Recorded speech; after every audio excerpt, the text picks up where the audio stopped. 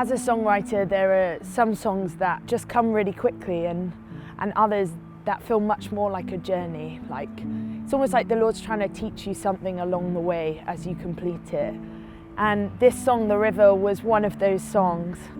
I first started writing it back in Oxford, where I was studying at the time, and I was reading and studying the book of Ezekiel, and I just remember reading this book and seeing all of these themes of restoration, of redemption for a people in exile who are longing for a move of God. And the book ends with this big climax. We see this story of a river that seemingly flows from a temple, and it flows out of the temple and it transforms this barren landscape. And I just remember thinking, Lord, this is such an amazing image of the way that from the church we can see a landscape totally transformed. So I remember just sitting in a prayer room one day and this chorus just came out. I'm sure many songwriters have their phone filled with voice memos of little refrains, little ideas, and the chorus was just one of those for a long time. And then I moved to Cambridge, and I remember being struck by this city, it's so beautiful, you know, it's known across the world for being this epicenter of academia and excellence, but right at the heart of this city is the river. And I just felt the Lord was showing me this was a prophetic image that he wanted me to hold on to. And it was funny, moving here, I would be walking the streets and I just would find myself singing this refrain, and it was like the Lord's like, this is your prayer for this city, that where the river flows, everything will live. And our church is at the center of this city.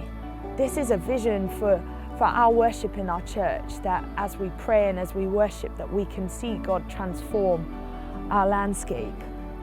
In 2020, after the pandemic, as we made this decision to embark upon an album project, I remember feeling like this song really had to be involved in the project, but it felt like a song that I just couldn't finish.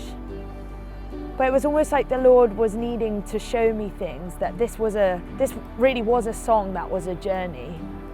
I remember him highlighting in a talk once, someone said, you need to study your history to unlock your future.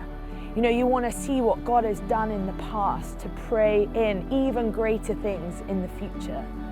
So I started reading books about the history of Christianity in Cambridge and walking the streets, and just as I was walking, I started to notice even like little plaques on the wall that commemorated what had happened in the city.